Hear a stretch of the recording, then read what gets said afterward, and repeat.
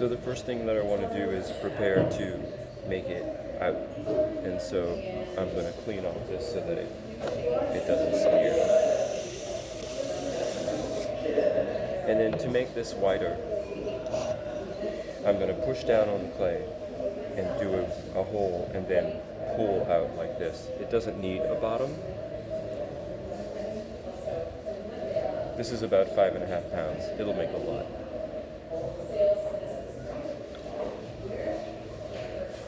So it doesn't need a bottom, but I'm not going to absolutely erase it because sometimes it becomes detached.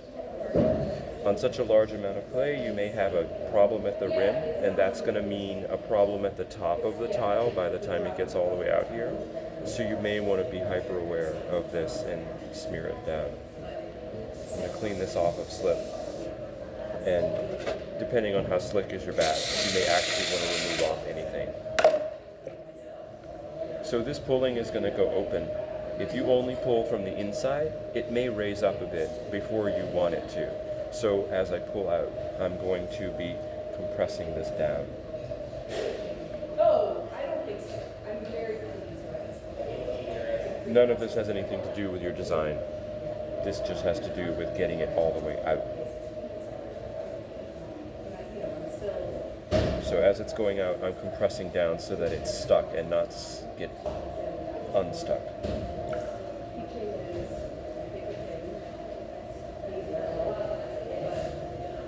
Go gradually. I can't imagine you'll have trouble, but if you do, we can talk about that separate. The inside shape is generic, but mostly vertical. It's going to become much more specific when we're at the final diameter.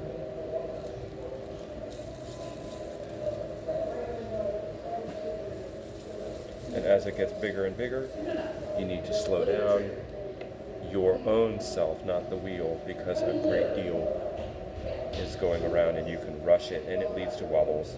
Like if it's test tiles, who cares? But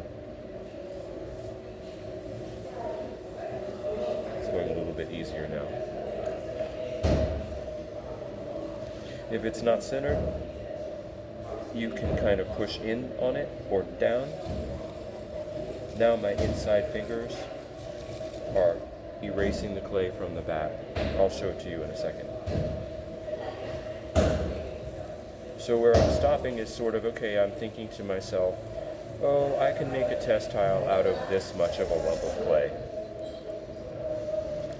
And this would make a really large one. So I'm going to go further out. Then I'll get more of them. There, I think this will do. This amount of clay will make a nice test tile. It's also sort of, near the edge. It's fine. The inside is unattractive but unimportant. This will all be cleared away.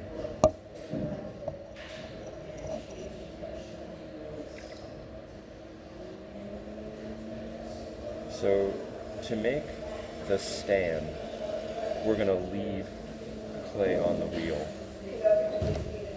And so it's going to be kind of an L. What shall we do?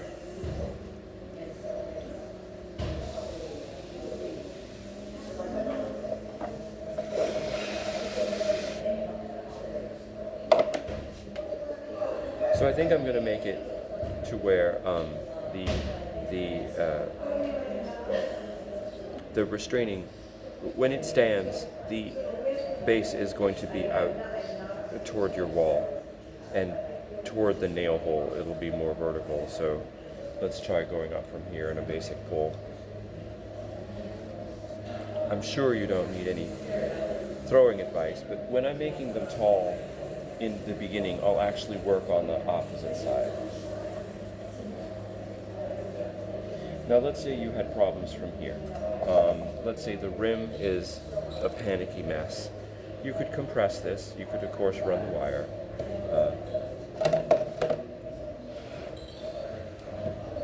Shit, I forgot the wire. You would take the wire and, drop it like so. But this one's not doing it. So the heel of my hand is down at the base, and my fingers are really broad. Sometimes people will catch their fingers here, and instead they'll use a sponge. The whole idea is that this be gradual.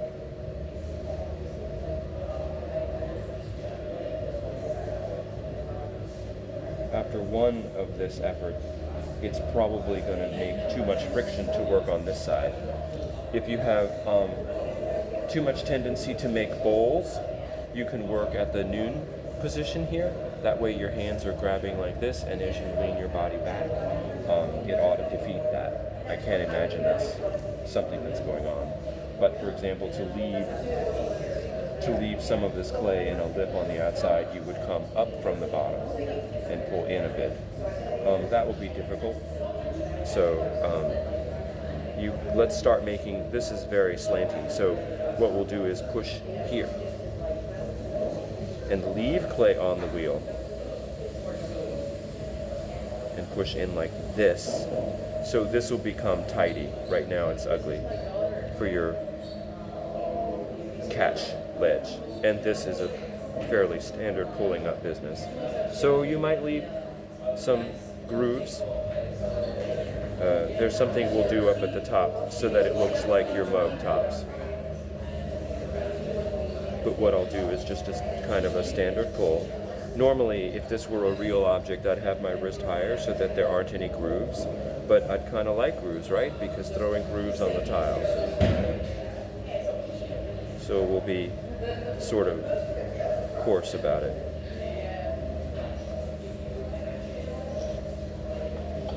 You want to throw the top of this like you might throw the tops of your mugs so that you can see, which you'll know and I don't. It's wet.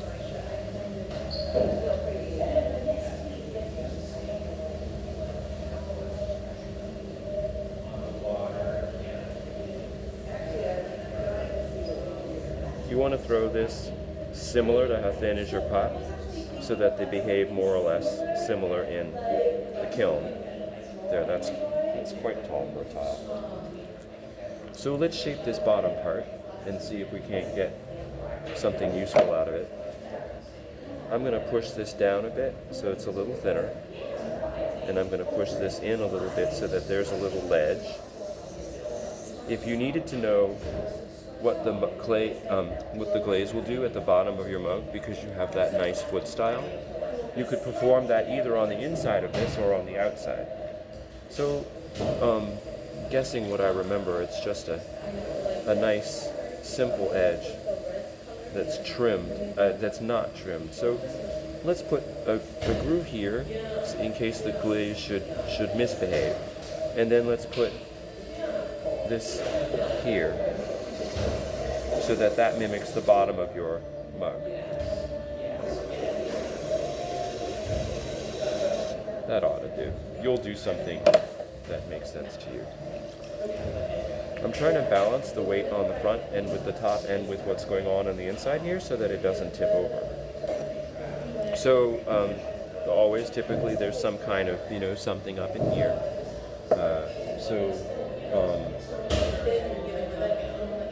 We can make let's make the rim how you do it. I'm not quite sure how you do it, but on mugs sometimes the outside part is a little curved and the inside part is a little bit flatter. So let's try this. That wouldn't be bad to drink from, and it's also not bad to see with the test.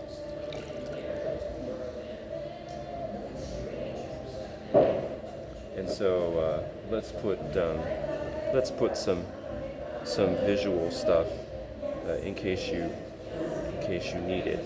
I figure the nail hole. Oh, you know what? I'm going to put a little ring on the inside that's just a line where you could put the nail hole. It's something to look at. But let's do God only knows what.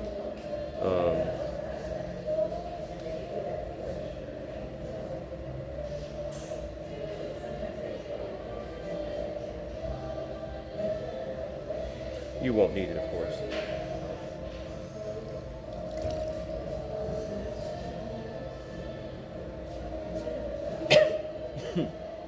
Now, if you want to get some slant into this,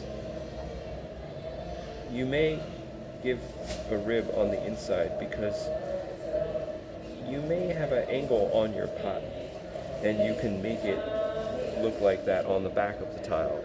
So it's more vertical on the inside, it's more vertical on the outside and more curved on the inside. You could, for example, use the concave place in here for information about, on a bowl or what have you. Even though you're making the test tiles only for mugs, you may as well learn what these things do on a few other simple shapes. But this has a lot of features that your mugs do. Smooth, maybe texture, rim, glaze catcher for shocking mistakes, the trim part, and things like that. So that ought to do. When this is leather hard, what you would do is you would run the wire underneath and then choose some increment of cutting. I don't imagine I have to show you that, and I want to make this video for you, so I'm not actually going to do it. But this is actually kind of thick. You know what? This is too thick. But this ought to do. So I hope it helps, and just let me know if you want to see something else.